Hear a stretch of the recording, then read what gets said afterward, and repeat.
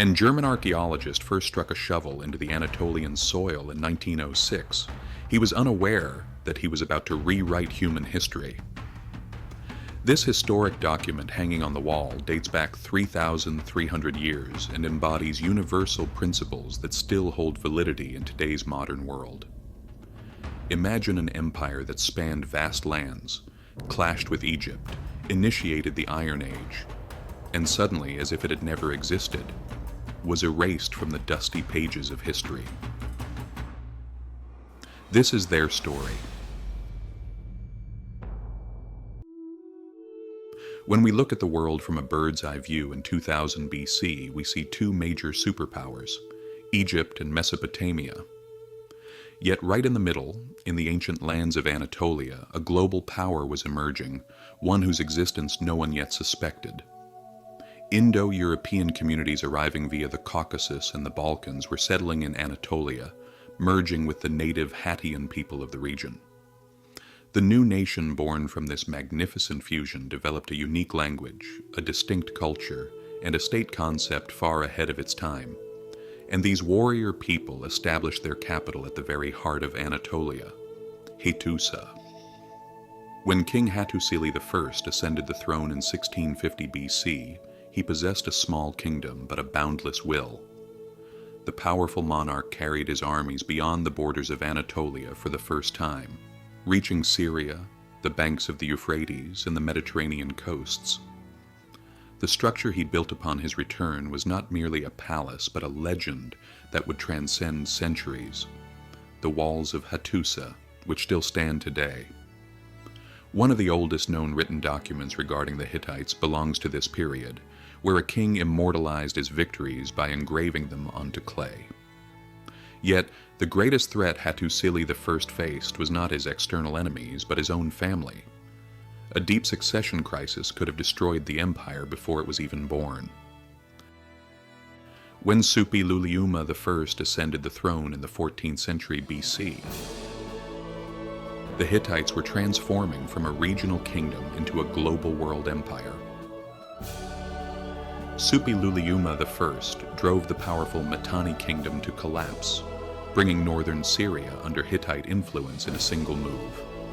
However, the real major turning point came from an unexpected geography. Following the death of the Egyptian pharaoh Tutankhamun, the widowed queen sent a mysterious letter to the Hittite court.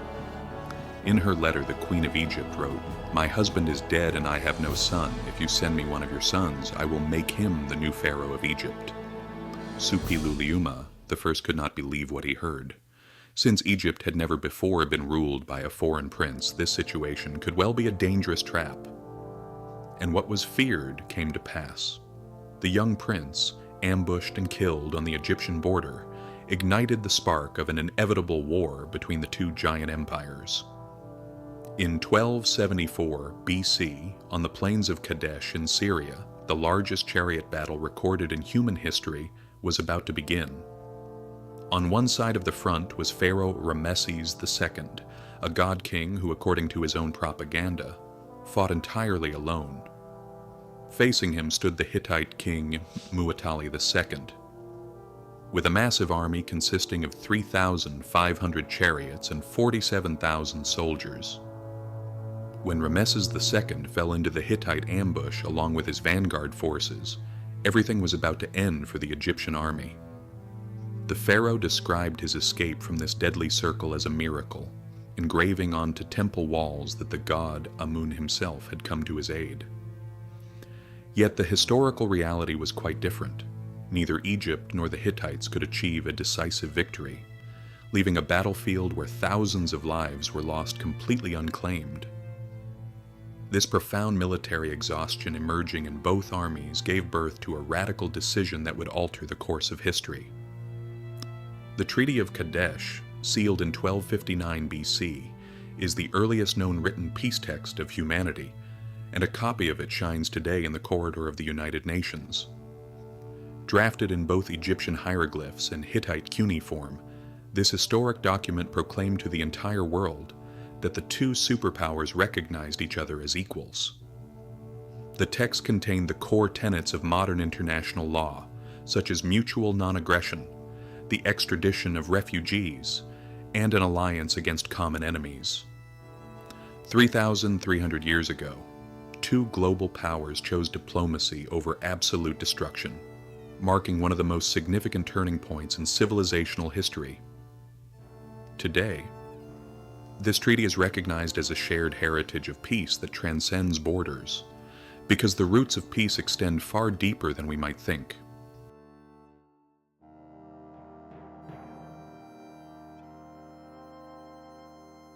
The greatest technological revolution the Hittites offered to world civilization lay in the secret of processing a mysterious metal, iron. Melting and shaping iron was considerably more difficult compared to bronze. However, the result obtained was much harder, more durable, and far more lethal. This strategic military secret was so closely guarded that exporting iron or iron processing technology to foreign countries was strictly forbidden. The Hittite king's cryptic reply to the Egyptian pharaoh's urgent demand for iron was a piece of diplomatic cunning that went down in history. Our storehouses are currently empty, but it will be sent as soon as it is produced. With the collapse of the empire, this great secret spread to the world. The Iron Age began, and global military balances were never the same again. By the year 1200 BC, one of the mysteries that the world of archaeology struggles most to solve took place. Within just half a century, the Mycenaean civilization collapsed. Ugarit was burned to ashes, Cyprus became desolate, and the massive Hittite empire was suddenly erased from the map. Archaeologists found a massive burn layer, and carbonized grains turned to ash within the walls of Hattusa. The palace had been abandoned in haste, yet there was no war cemetery in sight. Although mysterious invaders named the Sea Peoples in Egyptian inscriptions were known to have destroyed many cities, they could not be the sole culprits of this devastation. Modern scientific research shows that a severe drought scorching the eastern Mediterranean during the same period destroyed harvests and triggered famine. To this great chain of disasters, successive devastating earthquakes occurring along Anatolian fault lines were also added. It appears that the perfect storm created simultaneously by drought, famine, migration waves, and internal rebellions buried this massive empire into the depths of history. The lost empire was reborn with more than 10,000 clay tablets that Hugo Winkler unearthed by parting the soil in Bogazkoy in 1906. Today, the Museum of Anatolian Civilizations in Ankara hosts the world's most distinguished collection belonging to this mysterious civilization. The magnificent archaeological site of Hattusa has been protected as a common heritage of humanity on the UNESCO World Heritage List since 1986. Passing between the colossal stones of the Sphinx Gate, it is impossible not to feel the footsteps of Hittite soldiers and merchants who walked through the very same spot thousands of years ago. And that first treaty, the symbol of global peace, continues to hang in New York as a token of a hope that blossomed in the lands of Anatolia. The time-defying legacy of the Hittites teaches us this. The greatest strength is sometimes shown not on the battlefield, but through the courage displayed at the negotiating table. 3,000 years ago, two great monarchs silenced the weapons and wrote one of the most honorable pages in human history. The Hittites may have vanished into the depths of history, but the lands of Anatolia still bear their powerful spirit within their chest.